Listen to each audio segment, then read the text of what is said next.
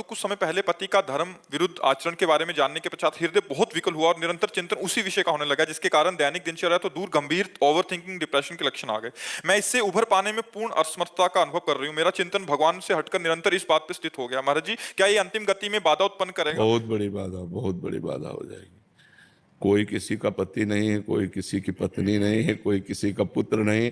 अगर अपने धर्म से कोई चलता है तो हम धर्म पालन के लिए उसका सहयोग करते हैं, और अधर्म से चलता है तो अंदर से संबंध हटा दें, नहीं तो ममता से ही तो नाश होता है। और भगवान कहते सबकी ममता ताग बटोरी, मम पद मनहि बांध बर डोरी। अब मान लो पति दुराचार में स्थित हो जाए तो तुम्हारी बुद्धि इसी बात से विकल हो जाएगी कि हमें छोड़ दिया, हमारा संबंध शिथिल हो गया, वो दूसरे से संबंध कर रहा है। अब आपका जो संबंध भगवान का था उस पर ध्यान ही नहीं दे रहे कि भगवान ने हम पर कृपा की, चलो पिंड छूटा। वो संसार के भोगों के लिए दूसरे को वर्ण कर रहा है, मुझे भगवान संयम से रखकर अपनी तरफ घसीट रहे हैं तो आनंद आ जाए, अभी आनंद आ जाए कि छोड़ो, तुम्हें तो छोड़ना ही था, आज नहीं तो कल छोड़ देते हमें, क्योंकि कौन मेरे साथ जाता। आज हमें छोड़ दिया तो मेरी समझ में आ गया कि कोई मुझे प्यार नहीं करता, प्यार करने वाले एक भगवान है। चलो अच्छा हुआ कि तुमने सही आईना हमें दिखा दिया कि कोई मेरा नहीं है। अगर ये सद्भाव लाओ तो अभी भजन और बढ़ जाए कि हे भगवान, अब तो आपके सिवा कोई है नहीं। और जब पति प्रियता जागृत होगी तो ये होगा कि देखो ये हमको छोड़कर दूसरे की तरफ, तो फिर सारी बुद्धि उधर ही चली जाएगी और राग द्वेष में फंसकर ये जन्म बर्बाद हो जाएगा और कुछ नहीं।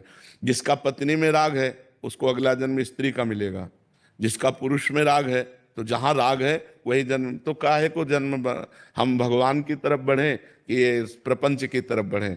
और कोई किसी का नहीं है, बिल्कुल सच्ची समझो। भोगी पुरुषों को कभी किसी से प्यार नहीं होता, केवल भोग से प्यार होता है।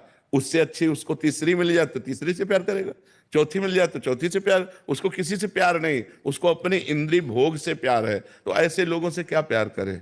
पति रूप में हो ठीक है, भगवान ने आपको हमारा साथी बनाया था, अब आप भटक रहे हो तो हम क्या कर सकते हैं, आप भटकिए, हम तो सतमार्ग में चलेंगे। बिल्कुल शांत होकर भगवान को अपना प्रीतम मानकर नाम जप करते हुए चलिए, दुखी मत होइए। अगर दुखी होगी तो फिर कई गंदे रास्ते निकल जाते हैं।